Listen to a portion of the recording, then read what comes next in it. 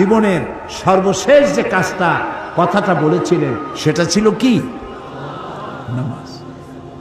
ইন্তেকালের 5 দিন আগে প্রচন্ড জ্বর হলো, মাথায় যন্ত্রণা হলো, বারবার বেহুশ হয়ে পড়েন। যে রাত্রে ইন্তেকাল করবেন সেই রাত্রে সাহাবায়ে কেরাম কেউ ঘরে ফেরে নাই, সবাই কাঁদতেছে। সকলের ধারণা নবীজি খুব তাড়াতাড়ি বিদায় হয়ে যাবেন। ঘরের মধ্যে স্ত্রীরা কাঁদেন, জামাই কাঁদেন, নাতি নাতনি কাঁদেন। সব থেকে বেশি কাঁদছেন হযরতে মা ফাতিমা রাদিয়াল্লাহু তাআলা আনহা। রাসূলুল্লাহর হুশ এলো, হযরত ফাতেমার কান্না দেখে কাছে ইশারা করে ডাকলেন, কানে কানে কি যেন বললেন। হযরত ফাতেমার কান্না বন্ধ হয়ে গেল। হযরত আয়েশা ফাতেমাকে ডেকে বলেন, মা তোমার আব্বা জান কি তোমারে বলল, কান্না বন্ধ হলো তোমার? হযরত ফাতেমা বলেন, মা আমার আব্বা জান আমাকে কানে কানে বললেন, মা কাঁদিস না, তোর কান্না আমার বরদাস্ত হয় না। আমি তোমাকে সুসংবাদ শোনাই, আমি মরে যাওয়ার পর সবার আগে তোমার সাথে আমার দেখা হয়ে যাবে। হযরত ফাতেমা বুঝতে পেরেছেন এর অর্থ হলো রাসূলের ইন্তেকালের পরে আত্মীয় স্বজনের ভিতরে সর্বপ্রথম ফাতেমার ইন্তেকাল হবে। হয়েছিল তাই। রাসূলুল্লাহ বেহুশ হয়ে পড়লেন, আবার হুশ হলো, আবার বেহুশ হলেন। ফজরের পরে হযরতে জিবরাইল এসে বলছেন, আসসালামু আলাইকা ইয়া রাসূলুল্লাহ, হে আল্লাহর রাসূল, আল্লাহ আপনাকে সালাম বলেছেন আর তিনি জানতে চেয়েছেন আপনি কেমন আছেন। তিনি জানেন আপনি কেমন আছেন, তারপরেও তিনি জানতে চেয়েছেন আপনার মুখে আপনি কেমন আছেন। নবীজি বললেন, আমি বড়ই কষ্টের ভিতরে আছি, অসুস্থ আছি। হযরতে জিবরাইল বলছেন, ইয়া রাসূলুল্লাহ, একজন নতুন ফেরেশতা এসেছে আজ আমার সাথে, যে ফেরেশতা কোনো মানুষের কাছে আসার জন্য অনুমতি কোনোদিন চায় নাই আর কোনোদিন চাবেও না, শুধু আপনার অনুমতি চায় আপনার কাছে আসার জন্য। সে ফেরেশতার নাম মালাকুল মউত। হযরতে মালাকুল মউত রাসূলের অনুমতি নিয়ে রাসূলের জাসাদ মোবারকের কাছে এসে সালাম পেশ করলেন। বললেন, ইয়া রাসূলুল্লাহ, আদম আলাইহিস সালাম থেকে নিয়ে শুরু করে এই পর্যন্ত আমি যত মানুষের জান কবজ করেছি আর কিয়ামত পর্যন্ত যত মানুষের জান কবজ করব, কারো কাছে অনুমতি চাই নাই, অনুমতি চাওয়াও আমার লাগবে না। কিন্তু আজকে আসার সময় আল্লাহ রাব্বুল আলামিন আমাকে বলেছেন আমি যেন আপনার অনুমতি চাই। রাসূলুল্লাহ বললেন, মালাকুল মউত, আমি যদি তোমাকে অনুমতি না দেই? হযরতে মালাকুল মউত বলেন, ইয়া রাসূলুল্লাহ, আল্লাহ তাআলা বলেছেন অনুমতি যদি না পাও ফিরে এসো। আল্লাহু আকবার, আল্লাহু আকবার।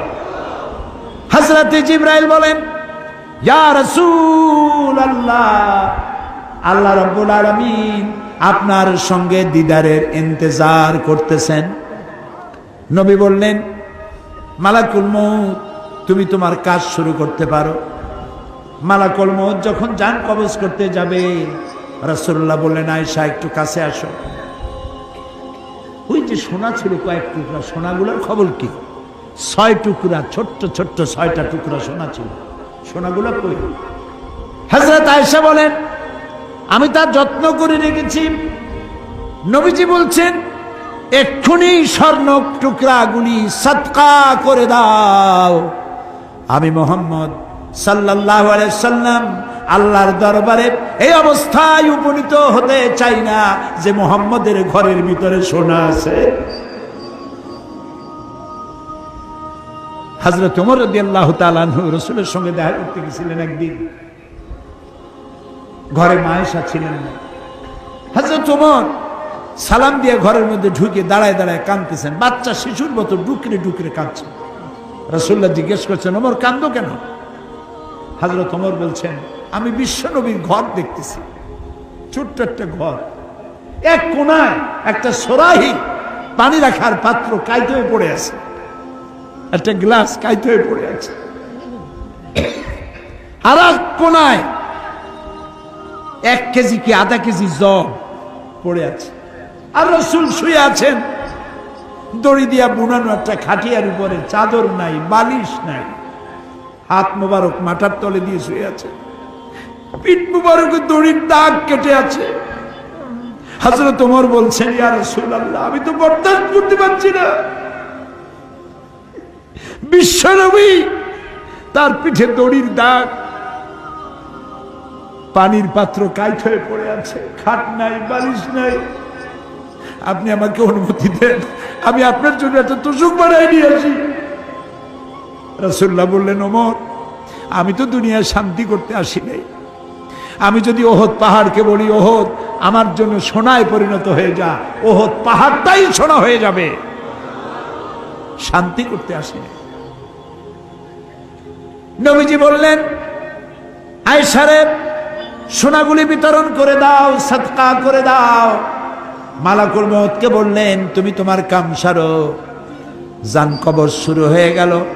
নবীজি জীবনের শেষ কথা মুখ থেকে উচ্চারিত হলো, আসসালাত আসসালাত ওয়া মা মালাকাত আইমানুকুম, ও আমার উম্মতেরা, নামাজ নামাজ। ইন্তেকালের সময় মেয়ের কথা বললেন না, নাতির কথা বললেন না, জামাইয়ের কথা বললেন না, উম্মতকে স্মরণ করালেন, ও আমার উম্মতেরা, নামাজ ছেড়ে দিও না, আর তোমার অধীনস্থ ব্যক্তিদেরকে জ্বালা যন্ত্রণা দিও না, চাকর বাকরের জ্বালা যন্ত্রণা দিও না, গরিব মানুষের দিকে লক্ষ্য রেখো, আর আমি চিরজনমের মতো তোমাদের থেকে বিদায় নিয়ে গেলাম, নামাজ ছেড়ে দিও না। কিয়ামতের দিন ওই রাসূল যদি আমাদেরকে উম্মত বলে পরিচয় না দেন, জান্নাতে যাওয়ার উপায় নাই।